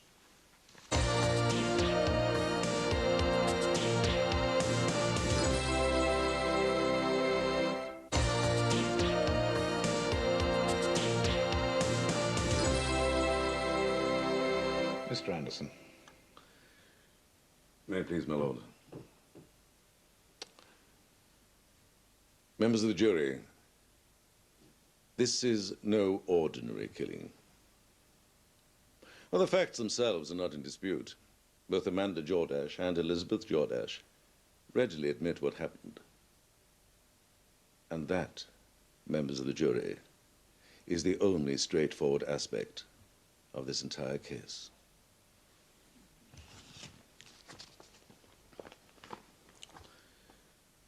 Do you remember these pictures, members of the jury? Can you imagine what it's like to carry wounds and scars like these? And can you imagine what it's like to have the person you married, the person you conceived children with, what it's like to receive injuries like these at their hands?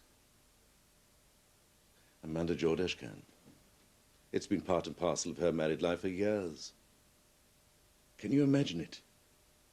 Having to account for their every movement to this man. Not knowing from one moment to the next whether he was going to kiss them or punch them.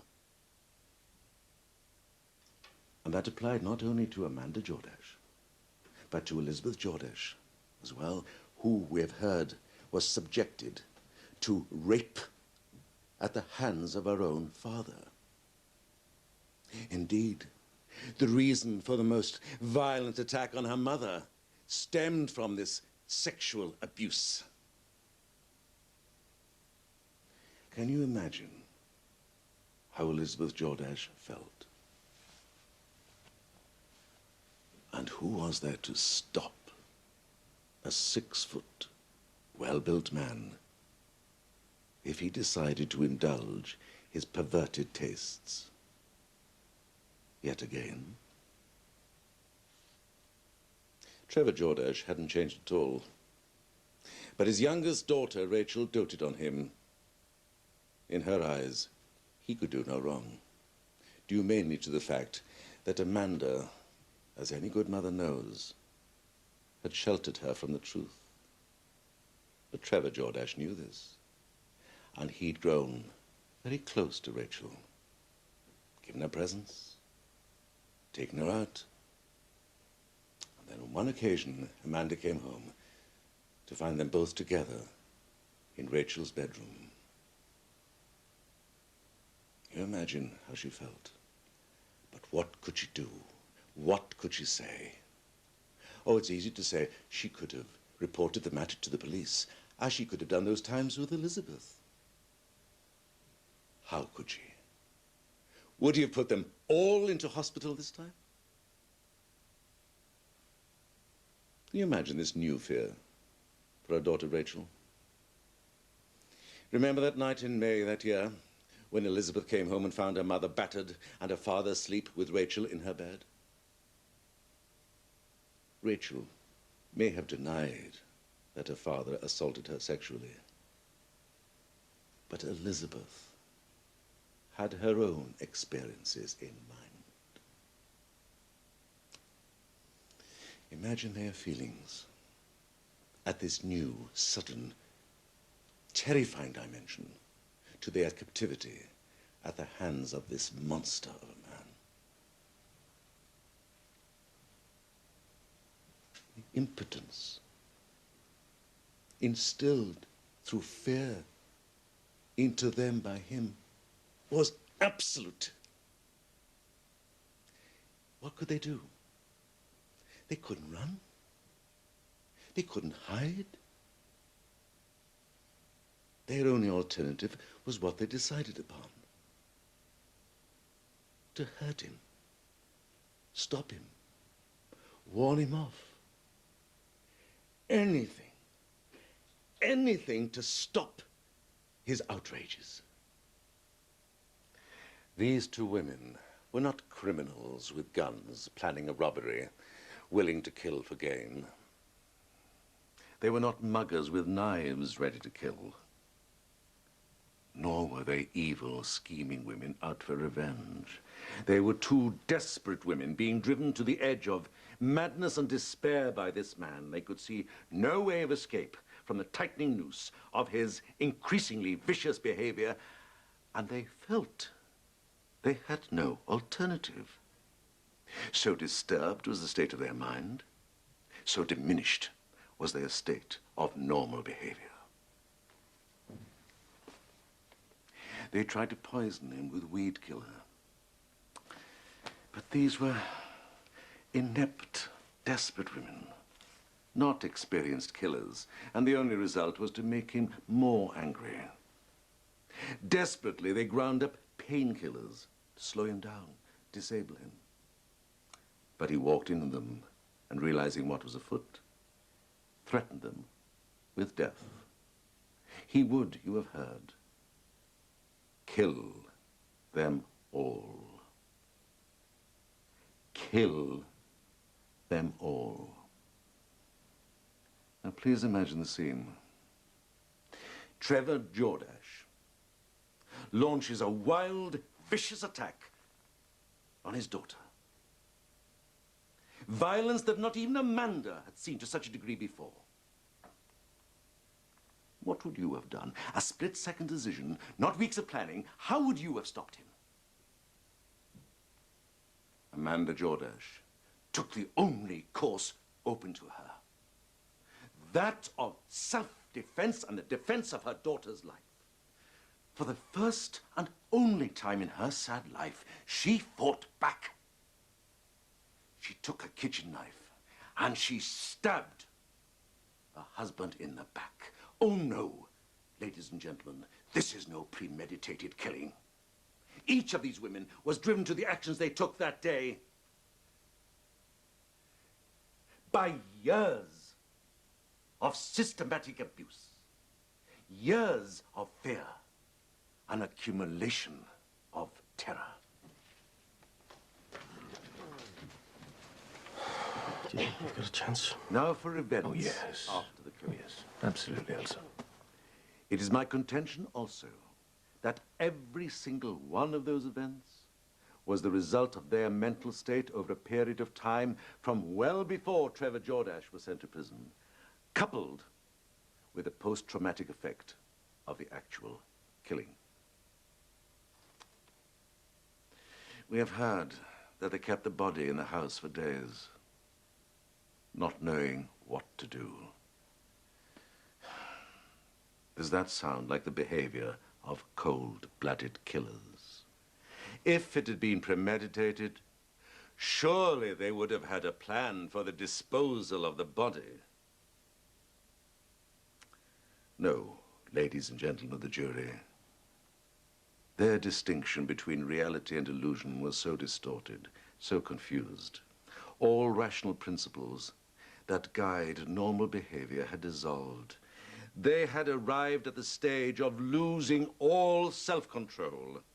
All that was guiding them now was an obsessive compulsion to survive at all costs, just as it was on that very day that Amanda Jordache stabbed Trevor Jordache to death. If you find them guilty, you are sweeping the issue of domestic violence under the carpet, denying that women like these can be forced into killing through no fault of their own. I implore you, ladies and gentlemen, imagine yourselves in the position in which they found themselves, and find them not guilty on all counts. That is the case of the defense, my lord. What then were the reasons for the killing of Trevor Jordache? I've taken you through the main points of evidence, reminding you of those things that you should bear in mind when arriving at your verdict. On the one hand, prosecution counsel has painted a picture of a man tamed by prison, who, full of remorse for what he had done to Mrs. Jordache, was trying to win back the love and trust of his wife and daughters. We've also heard how this new penitent character of Trevor Jordache quickly resumed a violent attitude towards his wife. Prosecution suggests a simple motive: vengeance, against a husband who had beaten his wife so badly that she was obliged to spend time in hospital. Defense counsel, on the other hand, suggest that the killing of Trevor Jordache resulted from years of cumulative abuse and was provoked by an incident at a time when both women had lost their self-control. A person may lose their self-control for a number of reasons. It may be provoked by a single incident or by a whole series of incidents. But was it in a genuine loss of self-control that the defendants discussed whether they should kill Mr. Jordache, when they decided that their method should be poison? Or was it, as prosecution say, a cool and calculated decision? Now, similar considerations may apply to the question of diminished responsibility. Do you say of the defendants, and of Amanda Jordache in particular, that they were suffering from an abnormality of mind such as would substantially impair their mental responsibility? You've heard the psychiatric evidence, and I know that you weigh it carefully on the defendant's behalf. You've also heard the prosecution evidence that both defendants were of sound mind. You're not obliged to accept this evidence, by the way, if you think it is wrong. And so I come to self-defense. Now, prosecution must make you sure that the stabbing was unjustified. So you must ask yourselves, who is defending whom and against what? If you do not believe the defendants when they say that Elizabeth Jordache was being attacked and that Trevor Jordache had threatened to kill them both, then the question of self-defense does not arise. But suppose it was otherwise. What do you think happened? There was Trevor Jordache. He was weakened by the poison he'd been given and growing weaker. He discovers that they've tried to poison him, and he threatens to kill them both. Do you think he really meant that, or was really capable of it? Self-defense lives in a world of reasonable people. If the defendants had pushed Mr. Jordache away, or tried to run from the room, or lock him in it, had telephoned or called for help, do you think that would have been reasonable? Or was it reasonably necessary for Mrs. Jordache to pick up that kitchen knife and plunge it into her husband's back with sufficient force to kill him? If you think it was reasonable, or may have been, then you must return a verdict of not guilty. But if you are sure that Mrs. Jordache, in stabbing him as she did, went further than was reasonable, then you must return against her a verdict of guilty of murder. I would like you to consider another option. The law makes provision in cases like this for a verdict of manslaughter. The core of the defense in this case is the absence of an intent to kill. Now, if you feel that Amanda Jordache, faced with a violent attack upon her daughter by her husband, coupled with verbal threats to kill them all, spontaneously lost all control and caused him a grievous and fatal injury, then you could consider a verdict of manslaughter. I offer you this because of the unique circumstances of this case. Why should two such apparently normal and ordinary women commit such an act? However, whichever verdict you arrive at, you must remember one singular fact. There is the death of a man to account for. Members of the jury, will you go and consider your verdict? All rise.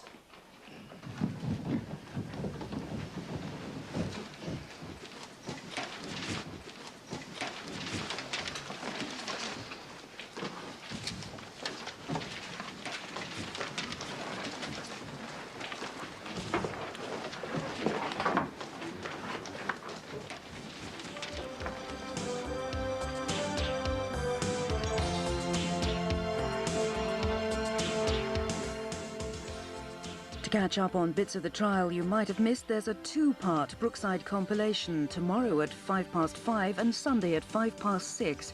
And you can hear the verdict on Tuesday at 8:30.